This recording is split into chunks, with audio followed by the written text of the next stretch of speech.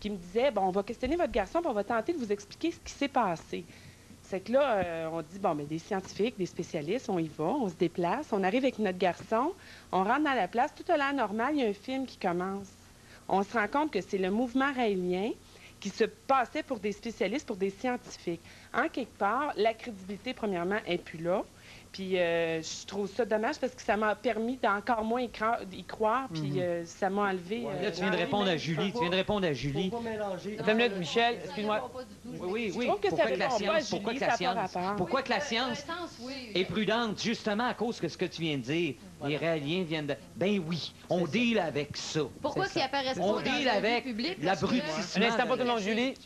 Julie, puis la parole à un Raélien après. Julie, vas-y. Moi j'aimerais ça répondre à la question justement de Marie-Pierre. Là. Pourquoi qu'ils apparaissent pas dans un milieu public de 1500 personnes? Parce que si conspiration il y a, si base souterraine il y a, et tout ce que tu voudras, tout ce qu'ils nous disent, là, toute la petite information qu'on peut aller chercher, là, c'est sûr qu'ils apparaîtront pas devant 500 000 personnes. Parce que c'est caché, puis ça se trouve... Oui, mais le gouvernement ne croit pas.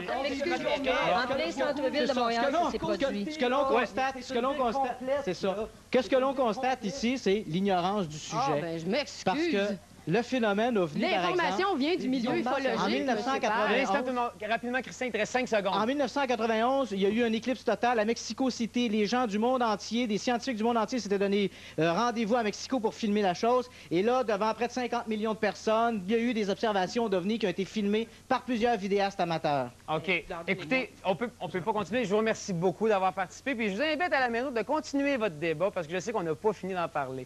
Rapidement, moi, je veux savoir, toi, on n'a pas le temps de savoir la fin de ton histoire tout à l'heure, mais ils t'ont parlé puis t'ont dit des affaires, les gens qui t'avaient comme enlevé. Qu'est-ce qu'ils t'ont dit? Qui reviendrait. Puis Ça va se reproduire. Puis ça te fait pas peur? Pas du tout, pas maintenant. OK.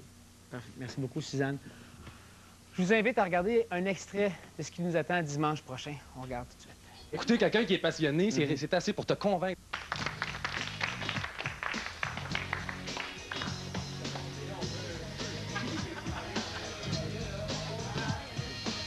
Les participants à l'émission Écoute-moi sont logés à l'hôtel Le Normandin, rue Bouvier, à Québec.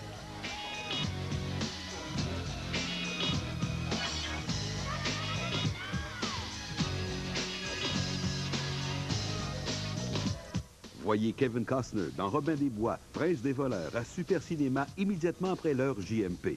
Retrouvez Paul Arcand dans quelques secondes.